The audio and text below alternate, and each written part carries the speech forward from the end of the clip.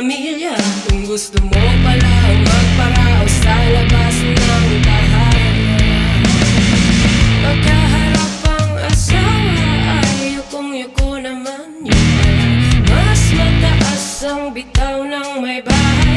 Kaya naman pagkalalaki mo'y bawang natatapakan, naghahanap ng atensyon kung saan may magana.